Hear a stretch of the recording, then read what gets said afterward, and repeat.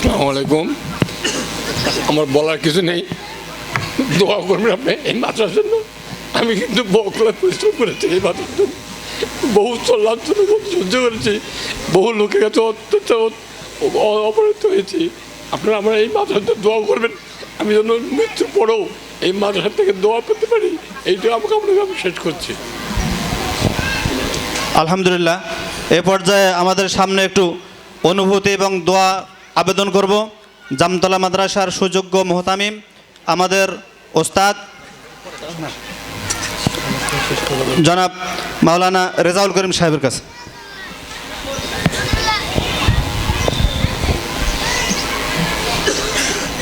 আলহামদুলিল্লাহ, আমি 11টার সময় এখানে আসছি। এসে এখানে অনুভূতি যেটা পাইলাম, ইংরেজি দিয়ে আরবি দিয়ে কথা বলার যোগ্যতা, ছোট ছোট বাচ্চারা যেভাবে শুনাইলো, আর আমি নিজের চোখে দেখলাম।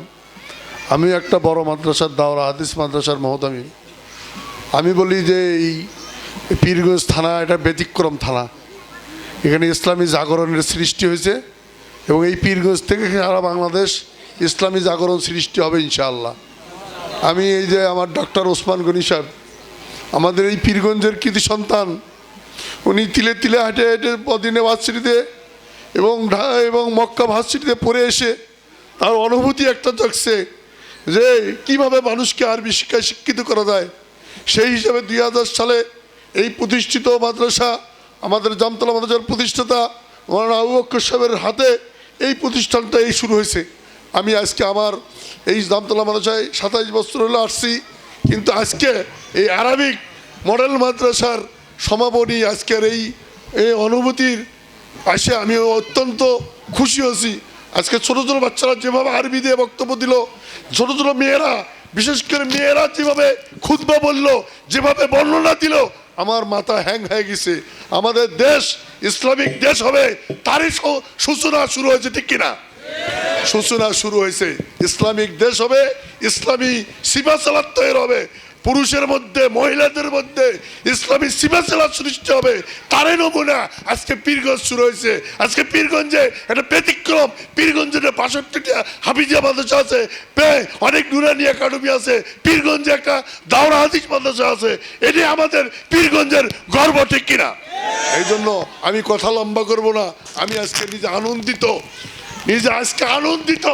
আমি এত লম্বা সময় কোথাও বসে থাকে অনুষ্ঠান ভোগ করি না।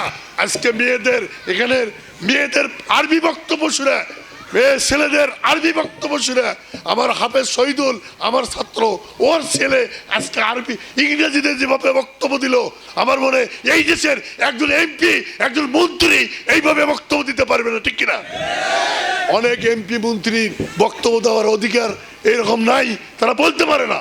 আজকে আমি পীরগঞ্জে বিশেষ করে আমার আপাবর, আমার ডক্টর ওসমান গনি সাহেবকে অনেক অনেক ধন্যবাদ জানিয়ে, এবং ওসমান গনি সাহেবের ছেলে এবং ওসমান গনি সাহেবের নাতি, ছোট্ট একটা নাতি, যতগুলো প্রশ্ন করছে প্রত্যেকটা প্রশ্নের উত্তর সে দিছে, ঠিক কিনা? এই জন্য আমি সবাইকে ধন্যবাদ জানিয়ে, বিশেষ করে এই আরবিক মডেল মাদ্রাসায় প্রত্যেকের ছেলে এবং মেয়েদেরকে ভর্তি হওয়ার জন্য আজকে প্রাইমারি স্কুল খালি হয়ে গেছে। প্রাইমারি স্কুলে এত সুন্দর করে ইংরেজি ব্ল্যাকবোর্ডে লেখছে। আপনি বলেন ক্লাস 3 ছেলে, ক্লাস 5 ছেলে প্রাইমারিতে অত সুন্দর করে ইংরেজি লিখতে পারবে না? পারবে না। অসেট আপনার বাচ্চাদেরকে এইরকম নুরানি মাদ্রাসায় পড়ে পিএইচডি করে আমরা সারা বিশ্বের, আজকে এখানে যে নাটক দেখানো হলো, এইটা যা কিছু করা হয়েছে এটা সব চলে যাবে বাইরে যাবে, এবং বাইর থেকে ডক্টর ওসমান গনি সাহেবের মাধ্যমে আমরা সারা বাংলাদেশে একটা বিকশিত আরবি মডেল চাই ইনশাল্লাহ। এই বলে আমার সংক্ষিপ্ত কথা।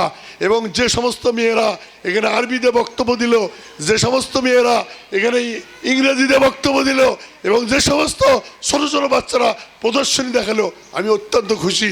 সবাইকে অভিনন্দন জানিয়ে, এলাকাবাসীকে অভিনন্দন জানিয়ে, এই পীরগঞ্জ থানার সমস্ত মাদ্রাসাকে অভিনন্দন জানিয়ে আমি আবার বক্তব্য শেষ করলাম। ও আখিরি দাওয়ানা আলহামদুলিল্লাহ আলামিন। আলহামদুলিল্লাহ। প্রিয় ওস্তাদজিকে অসংখ্য ধন্যবাদ। আমাদের মাঝে তার মনের অনুভূতিগুলো প্রকাশের জন্য।